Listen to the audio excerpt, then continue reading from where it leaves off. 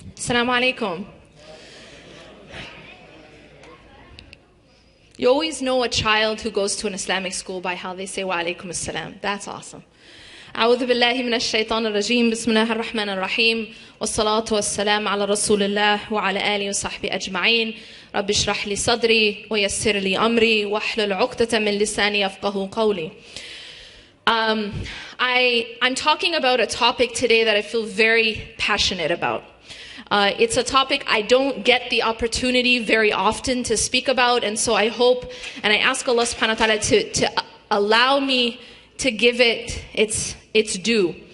It's the topic of finding guidance, finding inspiration growing up in America, and specifically about the need, and I'm gonna use the word need, the absolute imperative need for Islamic education and specifically Islamic schools.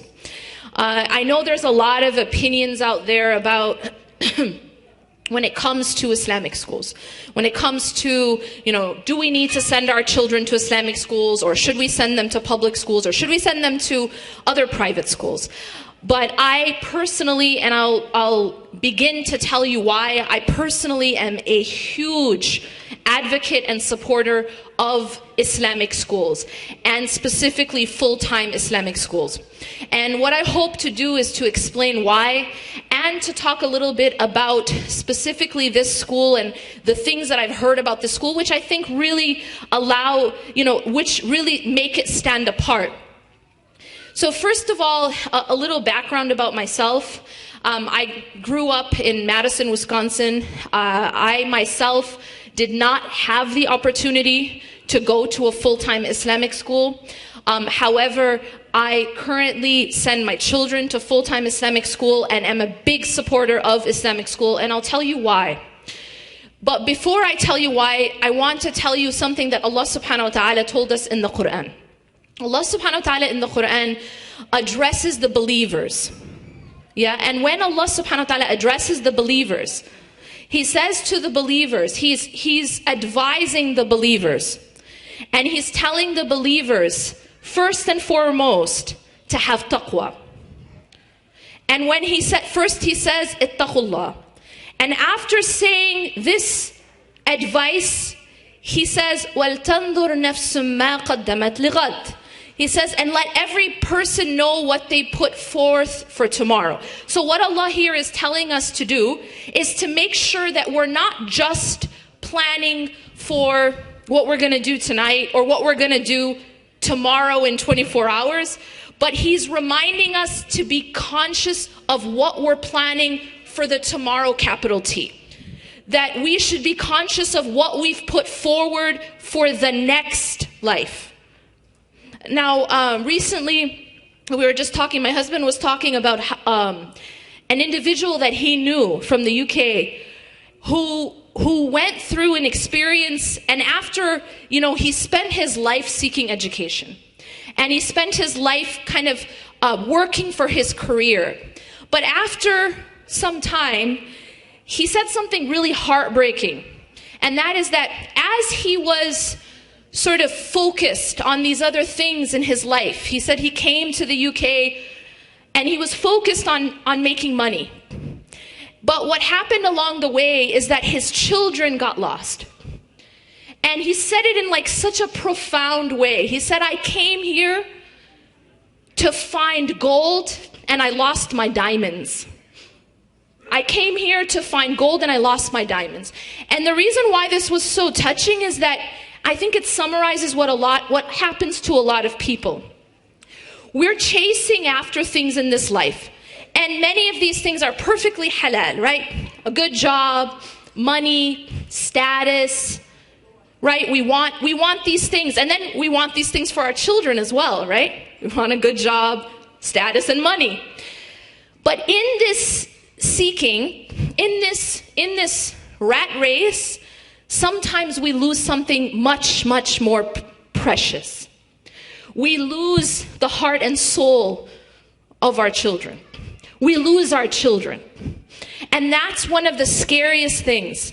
Because at the end of the day, every single person's going to enter their grave, right?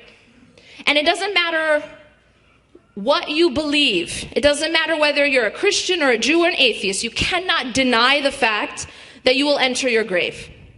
Now, when we enter our grave, and every one of us knows that this will happen, all of the things we chased, all of the money and all of the status and all of the degrees, because this man actually had a lot of degrees. He was chasing his degrees. He had a PhD and however in many other degrees. But he said that in seeking gold, I lost my diamonds. And so when we enter our grave, all of these things that we chased, they don't come with us to our graves. Our money doesn't come with us. Our degrees, our status, our title, whether you are called doctor or not, will not come with you to your grave. There's only 3 things that will come to you in your grave. And one of those things is a righteous child who prays for you. That this is actually what you're leaving behind, is your children. You're leaving behind, that's what you not only leave behind, but that is what will continue to follow you when you leave this earth. And when you meet Allah subhanahu wa ta'ala, from the beginning in the grave, is that a righteous child who you left behind, who is making dua for you, that this is what you left behind. Second is a sadaqah jariyah. Now, a sadaqah jariyah is a charity that you gave in this life, and it continues to benefit others even after you pass away. So you're in your grave, and you're continuing to get good deeds for this charity that you left that continues to benefit others. And third is some knowledge that you passed along. Some knowledge that you gave another person that continues to benefit others even after you've entered your grave. Now I want you to think for a moment about an investment that encapsulates all 3 of these things.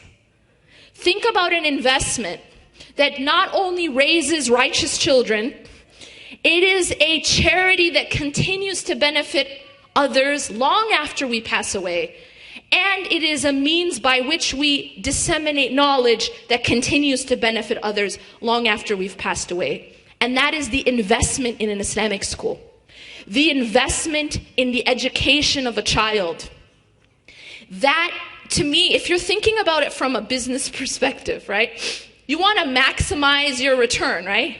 Whenever we invest, what is the goal? The goal in our investment is that I'm going to put in some work or money, and I'm going to get something back, right? Isn't that what an investment is?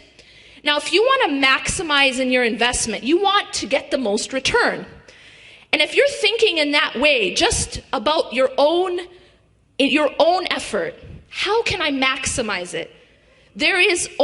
I cannot think of a better way than to invest in a school, than to invest in the education of a child, than to invest in raising another human being, because that encapsulates the righteous child, the sadaqah jariyah, as well as the knowledge.